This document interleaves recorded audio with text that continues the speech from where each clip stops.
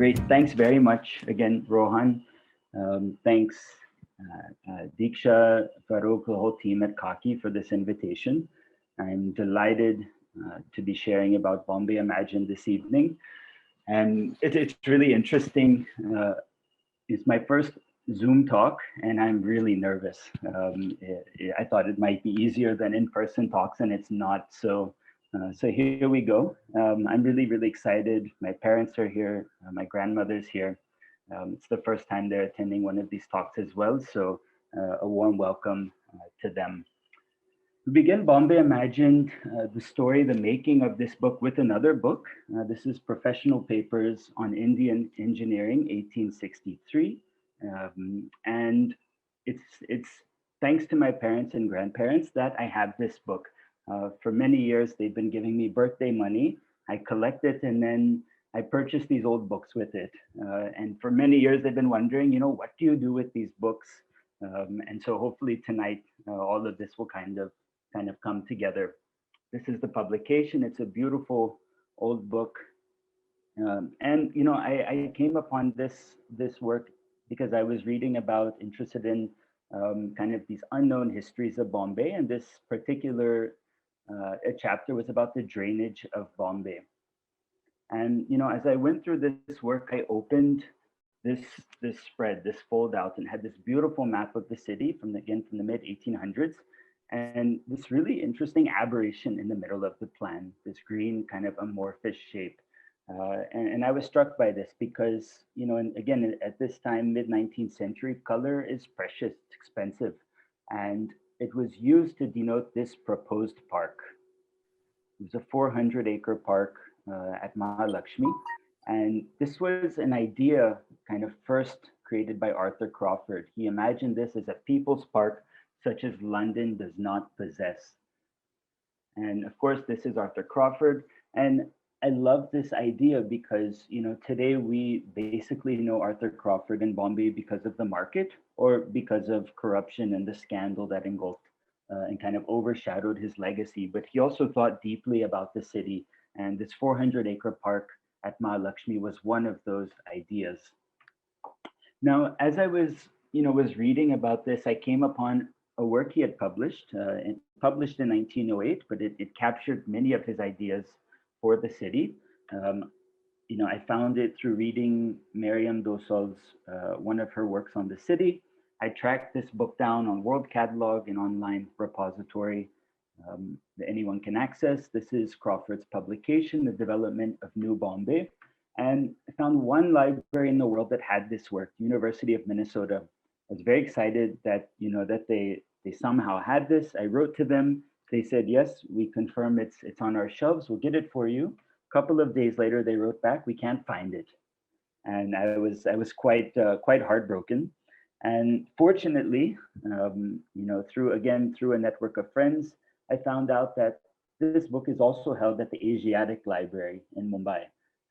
So I became a member. I was member number 5266. And this is the book. I Xeroxed it and then made a duplicate copy based on what I could see. It's a small pamphlet. The book at the Asiatic was gifted by Jahangir Screwwala in 1956. And again, one of the other ideas in this book that Crawford published was for the Mumbai Devi temple tank. He imagined a place more beautiful and picturesque than the place Vendôme in Paris. He imagined ghat-like steps in black and white marble, which were to lead down to the water's edge, while gardens with seats were to bifurcate the descent. So, these ideas by Crawford got me thinking, what else could there be on Bombay? What other ideas have been imagined for the city over the last 350 years that have not been realized specifically? So I started compiling research. I made this document, which I called a manuscript. I compiled ideas, projects, archival material from about 22 institutions from around the world. And this was the manuscript. Everything was going great. I was really excited, had this idea. The manuscript sat in my wardrobe, and then it sat much longer than I expected because this happened. My wife, Tina Nandi, and I were expecting a child in 2000 16. And naturally, this threw all of our plans for a bit of a toss. We decided we would have a home birth. This is our first apartment in Bandra, just after we were married. We said we'll have a water birth. We'll have a birth at home under the supervision of a midwife with a doula. And then we had a doctor as well as a backup, should that be necessary. And again, everything was going well. My wife went into labor early in the morning on May 16th. And we got a knock on the door in the afternoon around 2 o'clock. And I thought, who could be bothering us? My wife's in labor. And open the door, and it's a security guard. And he says, Saab, 5 baje se 7 baje pani nahi milega.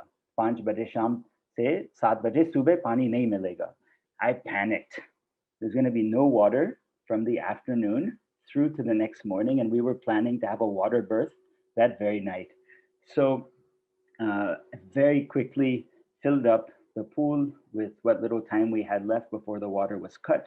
And fortunately, we managed. And that evening, our son, Kairav, was born. And amongst the first requisites of a large and growing city is a plentiful supply of fresh and wholesome water, LCC Rivet 1845. And we also experienced this because in 2016, we knew that the first requirement of a large city is water. For us, for Kairav's entry into the world, we needed water. 1852, Henry Conybeare develops this idea to purify the city's water. The supply of much of the drinking water in the city was from wells, and they were notoriously polluted. So he said, let's create these filtering wells in the natural wells of the island. And it was a really technically very sound plan, but it meant the water would be filtered through these thick walls, but then people could not access the water. They would be cut off from the physical water itself and have to retrieve water through buckets. And we know that won't work, right? Because culturally, water is very important. Spiritually, it's very important. And that's what Arthur Crawford was touching on with his Mumbai Devi temple tank, that people want to go down to the water's edge, and experience. So Conybeare's proposal, of course, didn't happen. It was misplaced, even if it was scientifically sound. Speaking of Henry Conybeare, he had other ideas, many other ideas for the city. He said, what if the cremation and burial grounds that were at the time at Back Bay, that were spoiling the sands of Back Bay, he said, let's place those on Malabar Hill, on the eastern slope of Malabar Hill. Then he went one step further and he said, let's make this beautiful sweep of water, sand, and island into a marine parade. And again, this is 1852. As far as I've been able to tell, this would be the first documented idea for what we now know as Marine Drive. Speaking of cemeteries, 1935, a group of concerned Bombay residents began complaining about the lack of a pet cemetery. And this was a proposal to create a half-acre burial ground just for pets, for dogs, for cats, and for birds. This, of course, also didn't happen. It was deemed too expensive for the land prices at the time. Now, the projects in Bombay Imagine are kind of tagged according to the functions. There are 16 different functions. What we just saw with the cemeteries and the cremation ground, those fall under sanitation category. And what these 16 categories do is they allow readers to traverse the book according to interest. So say if you're interested in reclamation projects, you can read only reclamation projects, or say housing, one can read only housing projects. Kind of brings a visual order to the various projects. And the color coding on the left, you see it's a very specific color code, and it's evolved from Le Corbusier's architecture polychromy. This was his kind of philosophy, his theory of which colors would go well together. These are just some samples from his color tab book. And speaking of Le Corbusier, it's 1950s. He's also engaged in the city's built environment. And he tells Mr. Tata, I want to design the Air India Tower building. at Nariman Point. And this is how Charles Correa reminisced on that idea. He asks, can you imagine what would have happened if Corbusier had built that building at the end of Marine Drive? It would have been an architectural gesture that would have changed our lives. 10 or 20 other people driving down Marine Drive would have been inspired to create a building like that. It would have changed our city. And I absolutely agree with that statement. You look at the work Le Corbusier did in Ahmedabad, Louis Kahn in Ahmedabad, they changed the trajectory of the city and the built environment. And Mr. Correa was absolutely right in his analysis. Speaking of Mr. Correa, this is his plan in 1974 for Back Bay. He has this idea of kind of sculpting the incomplete reclamation, which was left undone in the 1920s, sculpting it into this really rich public space with social amenities, cultural amenities, a planetarium, an art school, exhibition halls. And this is Correa's plan, 1974. The year before, the municipal corporation proposes this plan, the same plot of ground. It's a complete 550-acre reclamation, and they've chopped up basically all of the land into these rectangular parcels. There is one public park, and right next to it is a heliport, a helicopter landing pad. So I like to think they wanted the public to be blown away by the quality of the design, figuratively and literally. Again, 1981, Mr. Correa proposes a museum of modern art on the eastern quadrant of the Crescent site, the Prince of Wales Museum. And this is a really interesting project because on April 15th, 1983, a Times of India article described this as a commercial plaza, which would mean sacrificing greenery and involve the felling of trees. And that's a really, really strong statement. 7 days later, there's this report. Inquiries showed that the facts contained in our story entitled Commercial Eyes on Museum Garden are not correct. The error is regretted. So basically, he was a victim of fake news, and it impacted the plan. It created, a lot of controversy, and of course, the MoMA, the Museum of Modern Art, did not happen. A couple of years ago, our office in Bombay, where I'm a principal, RMA Architects, we created a small children's museum on the eastern quadrant, and that's me and our son. So it's a site and space in the city that's very close to me personally and our family and the office. 1960s will kind of continue jogging with Correa. This is Horniman Circle. The background, you see Asiatic Society building. And this is a really intriguing plan. I found it at Sonmarg, Charles's home office. And there were a number of drawings, photographs of this proposal for Horniman Circle. I had never seen it before. No one in his family knew much about the project. And it's intriguing. It's a skyscraper. There were these low-slung art galleries, public plazas, gardens, and it's a mystery. One doesn't know why he created this. One doesn't know what his actual analysis of was it. Would it work? Would it not work? Perhaps not. I have my own theory that he created this plan as a backup or as a challenge to this plan, which was in 1961, again by the municipal corporation, for a 4-story parking lot at Horniman Circle. So I think he said, if we must develop this circular space, it must be done beautifully, and here's one way to do it. But again, that's my analysis. One doesn't know. Speaking of Horniman Circle, Renzi Walton, of course, he prepared the first plan for the gardens, Elephantstone Gardens. And Renzi Walton is a very interesting figure for me because he came to the city in his early 20s, and he worked very closely with Arthur Crawford. Arthur Crawford said Renzi made the plans for what they imagined as the Bombay Circular Road, in many ways similar to the coastal road that's happening today. This is a speculation, a rendition of their vision for the tunnel through Malabar Hill, and then a reclamation on the western edge of the island with a road along the western sea face, again, very similar to the coastal road of today, although this was 1870. And Walton and Crawford imagine a new home for the Bicycle Club, which you see on the reclaimed earth.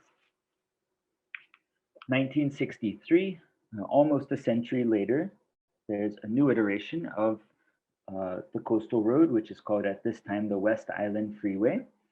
And it was designed by this man, Wilbur Smith. And I love this photograph. It was shared with me by his daughter, Stephanie Smith. And this is his family in the image. They're about to get on a 7-hour flight, and he looks petrified. I absolutely love it. He looks really, really scared. And that's fascinating because in the 50s and 60s, he was like a heavyweight in the world of transportation planning. But he's yet so nervous before his family and for women. Now, again, Wilbur Smith is very close to me because we both hailed from the great state of South Carolina. This was our home state. And this leads me to a question that I often get: how did you come to India? And the answer is kind of, for me, obvious. I came by flight. And this leads us to 1971. Buckminster Fuller imagines a segmented arch for a new terminal at Santa Cruz, which you see in the background here. And I love Fuller's description of this plan. He says it shouldn't be a railroad station with travelers standing in rows sweating, worrying about their luggage in one place and kids in another. It shouldn't be a worry house, a smelly house, a place where you have to tolerate and put up with things. There shouldn't be a single door, anything to push. There shouldn't be any lines to stand in. It's absurd.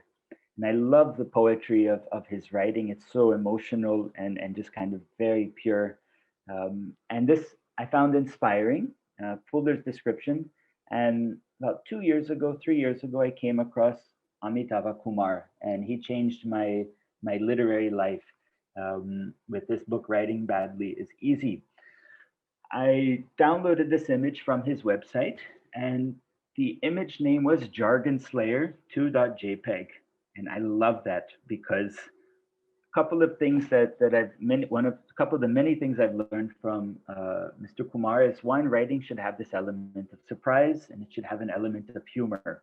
And I love Jargon Slayer. He absolutely hated jargon, and Kumar's kind of focus in his professional life is to get people to write clearly and encourage them in that. Through the book, I was introduced to Anton Chekhov, a playwright and short story writer. He was my mentor in the writing of Bombay Imagined. And Chekhov had 6 principles that make for a good story. The first is an absence of lengthy verbiage of a political, social, economic nature. Now, this is easy because in college, I skipped all such classes and I was just in studio all day. The second is total objectivity. Third, truthful descriptions of persons and objects. And Bombay Imagine has about 700 references in footnotes, in the form of footnotes. So truthfulness is a very important part of the book. Extreme brevity.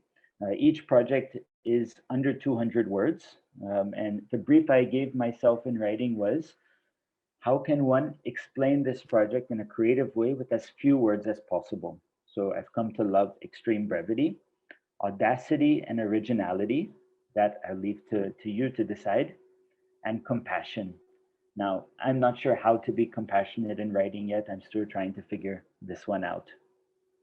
I wrote for 200 days straight in the heart of the pandemic. I wrote from 5 a.m. to 7 a.m. every day. This also helped in keeping things brief. Every word in the book, there's about 62,000 words. Each word was first handwritten, often kind of in competition with our cat Bonnie, who would often interrupt and like to lay on writing.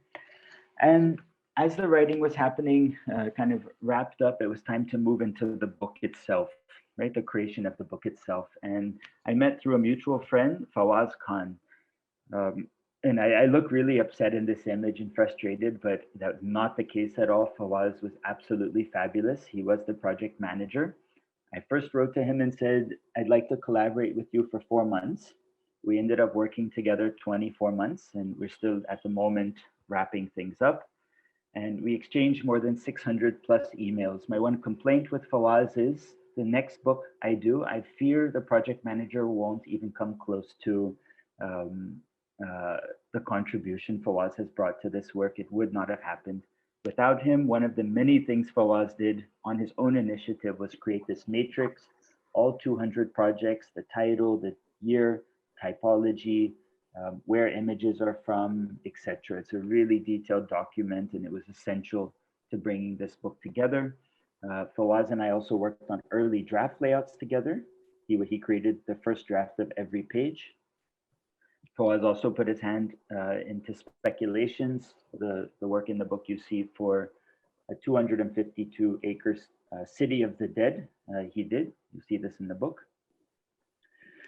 And then, as we were working, many projects we came across had really detailed written descriptions, but they did not have visuals. And this was an interesting challenge because I could see things, I could see ideas very clearly in my imagination, but we didn't have anything on paper.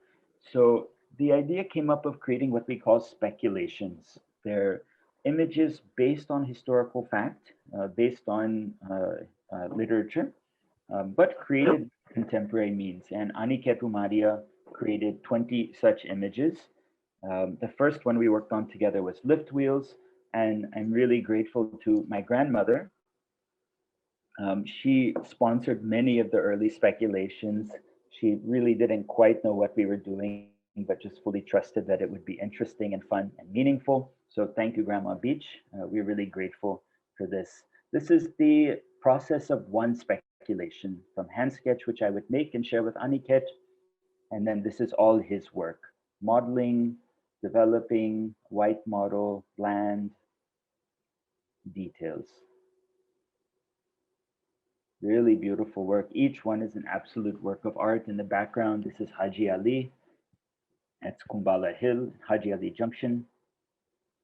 And this particular plan was described by detractors as perhaps the most extraordinary proposition ever yet made public for the drainage of any town. It basically was an idea at Love Grove to scoop all the sewage into this kind of Ferris wheel looking contraption, dump it into a funnel, and then ship it out to sea. It would have been totally crazy. And I'm grateful this one did not happen. Then the book design itself, Deshna Mehta, Carol Nair, and others at Studio Anagraha developed. This was the brief I gave them. I said, we're going to have many parts to this book. There will be many pieces of information on each page. And then what they did really, really beautifully and sensitively is they brought balance to all of this so that it felt like one kind of family of information while yet having its own strength. This is each project has the year, the title, the creator, the relief map at the top, which has a location marker showing geographically where the idea was located and proposed.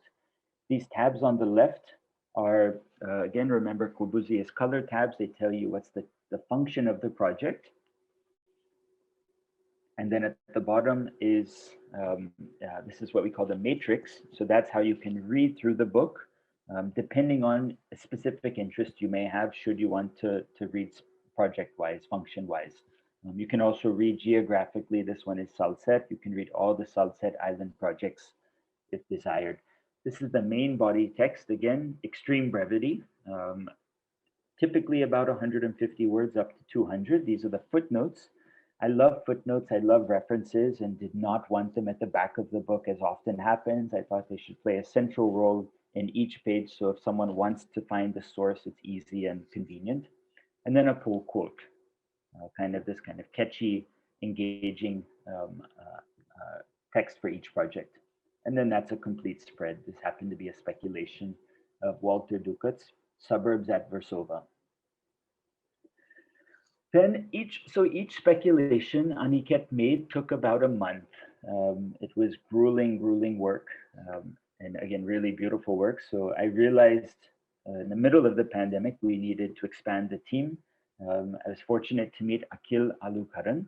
He was based in Calicut at the time, and he's also a really fabulous artist.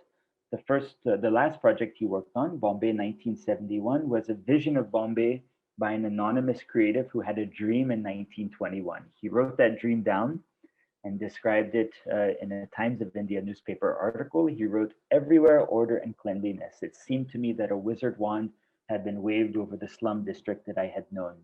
This was the sketch of South Bombay. And then this was Akhil's final piece. It's really, really detailed and beautiful. Again, we needed to expand the team more. This is Yanis, not pictured as Lambros. Yanis is based in Berlin, Lambros in Athens, and they were really, really graceful and supportive. They created, I think, about 6 visualizations for the book as well. The last one was Car-Free Bombay, a project in 1973 by Ajit Bhattacharjee. And he said he imagined this as a car-free area could stretch from Kulaba to Maheen Creek, and the basic sacrifice required of the affluent Bara Sahibs will be more an attitude rather than convenience. So this was a really radical plan. I often thought of this proposal as I crossed Tulsi Pipe Road. ReproScan is on the left of this image. They digitized many of the archival drawings in the book. And so I took this photo of Tulsi Pipe Road, made a sketch, and shared it with Yanis and Lambros, and this is what they created. It's just, I love it. It's like a painting. And the attention to detail, we said, let's call it Tulsi Pipe Parkway, and just kind of play with the idea of the parkway as a space for vehicles to move, in this case, public transport, and also a public park, which the road would have become. Again, coming back to the components, we have what we at first called a symbol map, and then became a relief map. And that's when Kshitij Mahashabde entered. And Kshitij is a cartographer, a really interesting guy. He loves maps. And I was intrigued and excited to work with him. Rimshi Agarwal also partnered. What Rimshi did was we knew we were going to create these maps that told the geographic story of the city over 350 years. Rimshi did a lot of research to make sure each map was precise, that it was founded on historical data and precise. And this is the final set of creations that they made together. Kshitij did the modeling. And so at the top left of each page, we have a map depending on the year the project was proposed. And you just see the physical transformation of the city. Then, of course, copy editing. I was really fortunate to work with Khurshid Debu. She read the book at least 6 times and every time found mistakes. I'm really, really grateful. Thanks, Khurshid, for all the hard work you did analyzing each and every page. And then another friend, Kate Chalet, she created 3 separate indexes, a general index, a place index, and a people index. And this was also really meticulous work, and I hope it's a helpful resource. I was personally very keen on the people index because a lot of individuals in the book invested, decades of their lives in Bombay and have been basically forgotten or not recognized in any way. So do study the people index when you get the book. So that was all design and creation. Then we went into actual production. I knew nothing about book production. And we started, of course, with mock-ups. Bonnie was kind enough to engage as an inspector, quality inspector. And we did many test prints, of course. Our son Kairav was kind enough to lend his magnetiles for paperweights in that process. So thank you, Kairav. And then we went into printing, offset printing, and this was a lot of fun. I learned so much.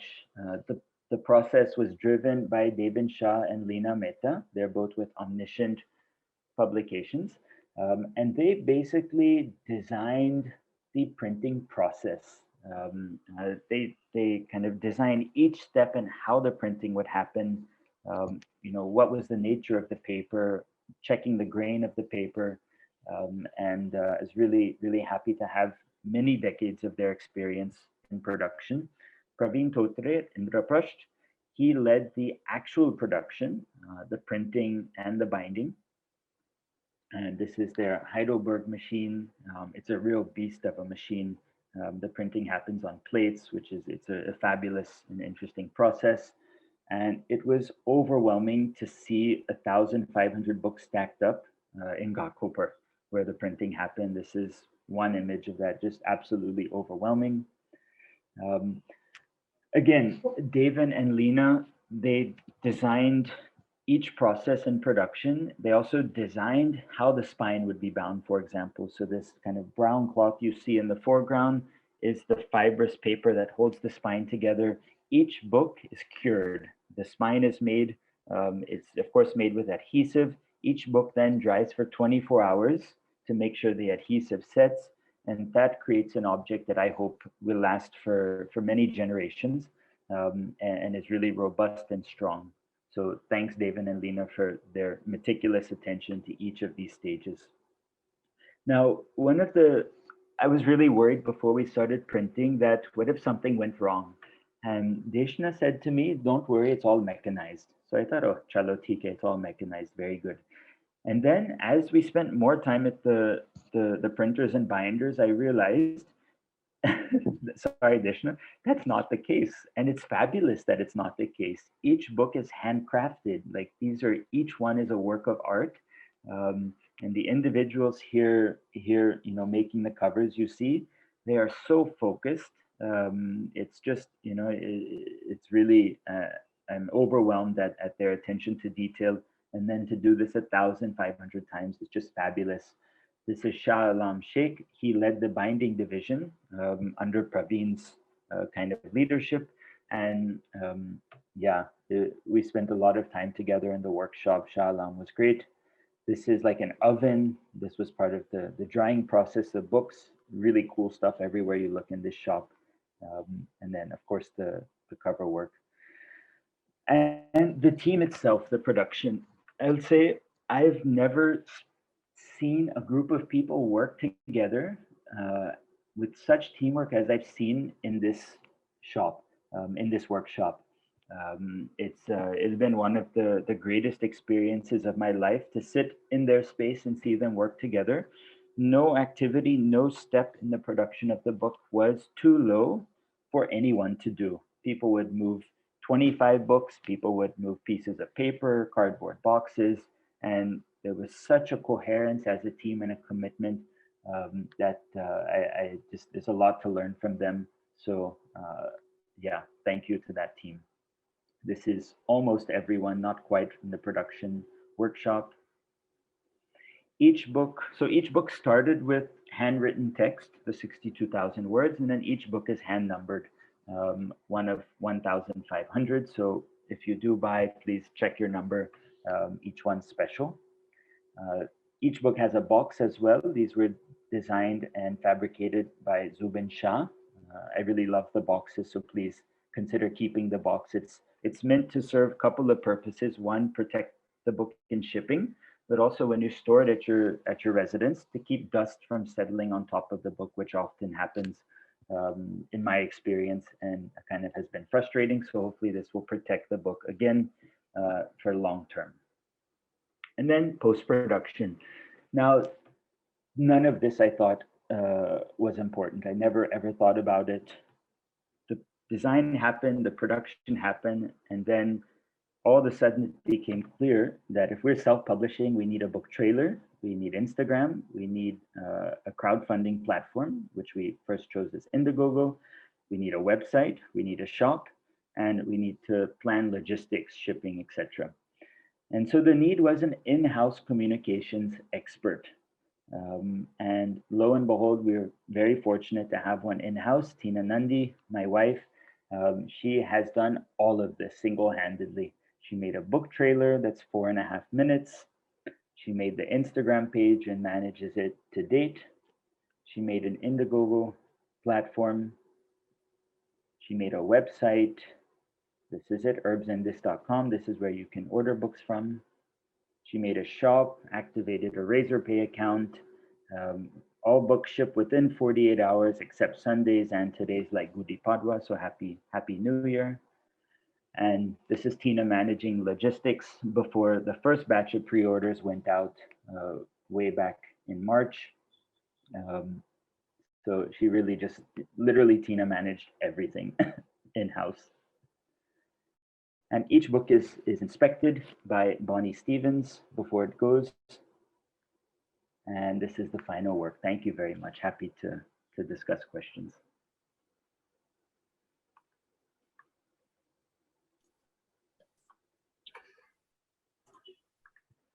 Thank you for taking us through that. That was really interesting to know how the book actually came together, and the effort shows in the final product. I can say that from personal experience of going through it. Audience, please type in your questions, and we'd be happy to take them now. I'll first take up a question that Farooq has. Which of all the projects that you've listed in the book would have made life a bowl of cherries for Mumbaikars had it actually materialized?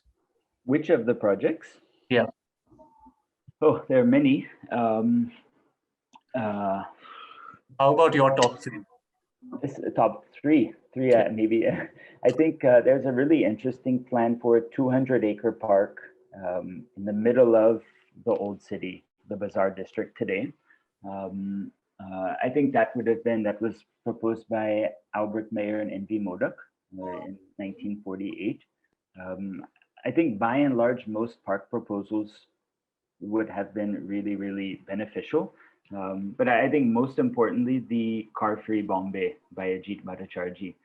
I think it would have transformed the city. It would have forced an investment in more public transport. It would have had all of these collateral effects.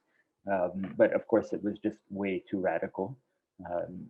But yeah, I would say the parks and Ajit Bhattacharjee's plan. Mm-hmm. And how about among the projects that are currently underway? Which one do you think is something that's going to be benefiting the city 10, 20 years down the line? Currently underway in what sense? The projects that are currently underway in Mumbai. In Mumbai, yeah. I don't know too much, but I would, again, maybe for selfish reasons, I think the Worli crematorium, which is under construction right now, it's a brand new crematorium. I think that will be a really special investment for the city. One of our guests says, maybe you could share this map with the BMC. They claim to have lost the original maps. I think it's the map that you showed in the start of the session. Okay. Many maps get lost in history, yes. Yeah. Any backstory to the naming of the book? Is a question that Pranjal has. To the naming, a little bit. I was just very keen that it had a sense of enigma. That it was, I think Bombay Imagined, the subtitle is very important, an illustrated history of the unbuilt city. I think that kind of brings clarity to what it is.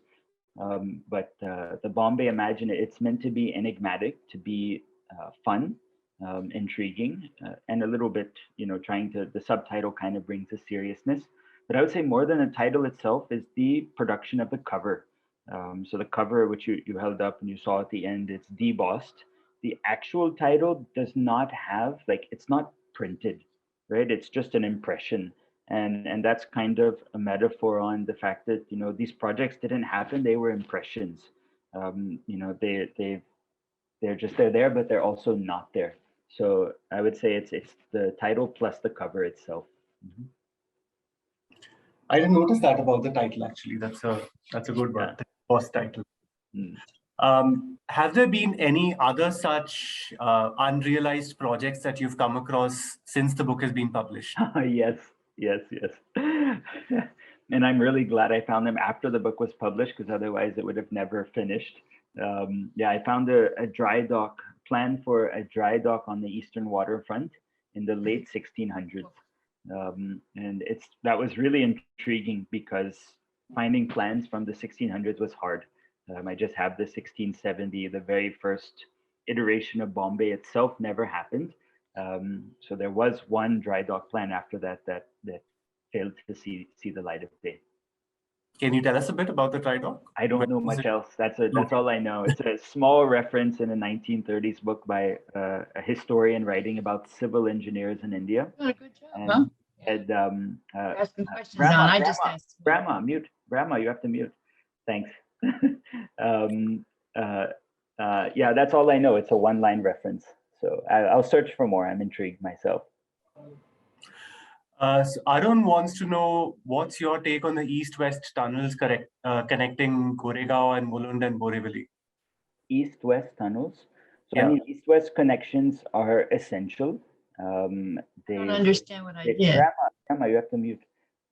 East-west connections are essential. And there have also been many plans in the past. They're not in the book. There have been plans previously. So I'm glad they're happening now, but I don't know too much about the technical details of the current plans. So I don't want to speak on those specifically. Yeah. What's the most satisfying feedback that you've got about your book as yet? So far, it's from, I don't want to misquote. I have it in my WhatsApp. It's from a 7-year-old. Give me 1 second. Yeah, it's from a 7-year-old. And it says, "I love the book." That's it. That makes me really happy because it means the balance between the pages, how the pages are presented is something that is comfortable for someone as young as 7 to see and not feel overwhelmed and like this is not for them. So I think that's the most satisfying. Yeah. Yes. A 7-year-old is unlikely to mince their words. So yeah, exactly. Extreme brevity as well. That's what it's about. Yes. So Nandini asks, firstly, she thanks you for this fabulous book. How would you see the contemporary imaginations of the city in light of these earlier imaginations? Also, the visualizations tease one into imagining what the city would have looked like if some of these projects had materialized. So it's part feedback, part question. That's a bit of a tricky, can you read the first question once more? I didn't. Yeah, let me just read the question part of it. Yeah. How would you see the contemporary imaginations of the city in light of these earlier imaginations? So I think many of them are the same in a sense. Like I'll give you the example. So the Bombay Park, Arthur Crawford's 400-acre park, right? It's basically exactly the same footprint and idea as what Aditya Thackeray shared in, I think it was 2014. Aditya Thackeray called it the Mumbai Park. Arthur Crawford called it the Bombay Park. The only thing that's changed is the name. The location's the same. The idea of this huge public space that's hundreds of acres, that's open to everyone at all times of the day. The ideas are the same. So I think many of the current plans are actually picking up on these inherent opportunities that have always been there, but have just failed. And the thing with Bombay, it's physically such a small space. You often see these overlapping ideas. You see Arthur Crawford's Coastal Road, you see Wilbur Smith's West Island Freeway. You know, they repeat themselves because even though they don't happen, the ideas continue. So I think many are just new iterations of old ideas, essentially. So now you lived in Mumbai now for a decade and a half now. You are well acquainted with these everyday issues that we face at the micro level in the city. Yeah. What do you think would benefit the city more micro level interventions or these grand projects? Absolutely, it has to be micro level. The fact that when I leave office every day, okay, and go to, I'm in Kalagoda, I go to Churchgate, the fact that I have to make 4 crossings that are a risk to my life, if I'm not careful, that's bad. Like, you know, that's not acceptable. And, you know, I think we have to invest more in the micro moments of the city, especially for pedestrians, because at any given point of time, the majority of people are on foot moving through the city. So we have to have these micro gestures that deal with problematic spaces. You look at Churchgate Station, there have been many proposals to deal with this conflict of people in cars outside Churchgate. You know, I think in the book, I think there may be 3 or 4. And every time I cross that junction on foot, I think like, you know, what are we waiting for? You know, to deal with this problematic space. yeah, it has to be micro at this point. Jayman would like to know whether you've also been involved in any of the conservation projects in the city.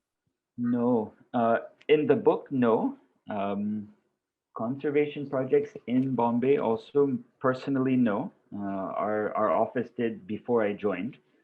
So RMA, of course, has a long history in the city of conservation, but myself, no, unfortunately. So I asked you earlier which one would make life easier for people in the city. Now let's go to the opposite end of the spectrum. Mohan Narayan would like to know which one are you very glad never materialized? Yeah. There are a couple, but offhand, I would say, and I've said this I'll say this kind of consistently, the tavern, to transform Elephanta Caves into a tavern. I'm really grateful that did not happen. And it's an interesting, in our living room, we have a painting of Elephanta Caves. It's also in the book. And the painting is by Renzi Walton, who of course designed Horniman Circle, worked on the coastal road with Arthur Crawford. So he was enamored with the caves in 1864. And today we're still enamored with the caves. I'm glad they never became a pub. I share those views. That was really disturbing. Yeah. Sorry, that was Arnavaz's question. Mohan Narayan's question is apropos the early 17th century dry dock reference. Yeah. Is this the one that was envisaged at Butcher Island? No, I don't think so. I think Butcher Island was a bit later. And something also, there was a plan for Butcher Island. It's in the book as well. And that was to make this whole kind of village of artisans, of dockyard workers. Yeah, that was later. Something that I personally liked, I haven't read the full book, as I told you, still halfway through it. Take your time. Yeah. I really like the idea of the open air prison. Yeah, I found that. So that idea was by William Walker. The book's dedicated to him, this gentleman. And it was a really intriguing find because I found it at the beginning of the pandemic. And I thought, like, yes, like why not have prisons in the open air? It's just healthy in so many ways, and everyone deserves a healthy living environment. So that was a really forward thinking idea. Yeah, that was at Karanja Island towards the mainland. KBM, they don't have their full name written here. How has researching and writing and now producing this fine book informed your day-to-day work?